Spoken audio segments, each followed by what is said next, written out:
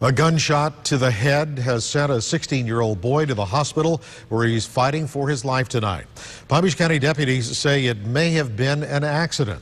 It happened at a suburban Palm Beach Gardens home this morning as the teenager and three friends were checking out a rifle.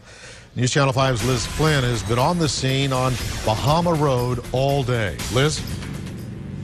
That's right, Jim. Matthew Sylvester is out of surgery tonight, but he remains in critical condition at St. Mary's Medical Center. Now, at this point, detectives are not saying much about the investigation, but neighbors are stunned and shocked that at this house right over here behind me, a 16-year-old and his friends had access to a .22 caliber rifle that almost cost him his life.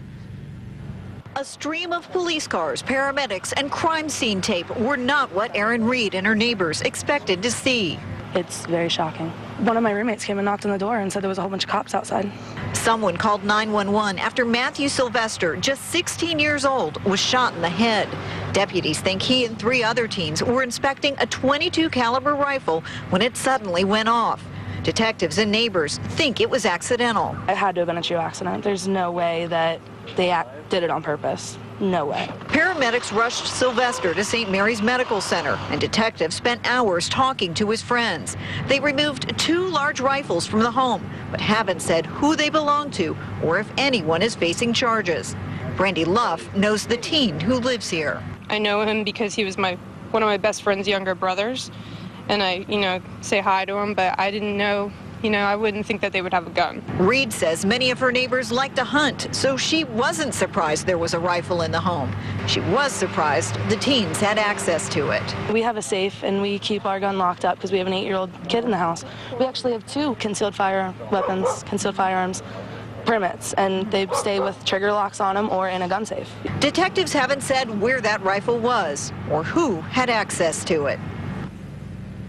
Now, the teens and the family who live in this house behind me were all too shocked to talk about what happened today.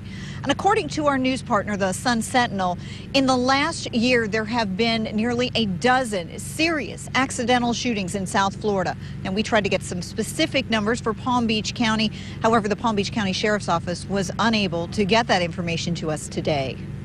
Liz, this was a school day in Palm Beach County. Any idea why these youngsters were not in school? Well, that's a very good question. Now, the 18 and 19-year-olds may be, old enough to be out of school. But as for Sylvester, who is 16 years old, we did a little digging and we were unable to find any enrollment records for him. Of course, right now, his main priority is getting better. And deputies are continuing to investigate to find out exactly what happened here. And of course, we'll continue to follow this story. Right now, we are live in suburban Palm Beach Gardens. Liz Flynn, WPTV News Channel 5.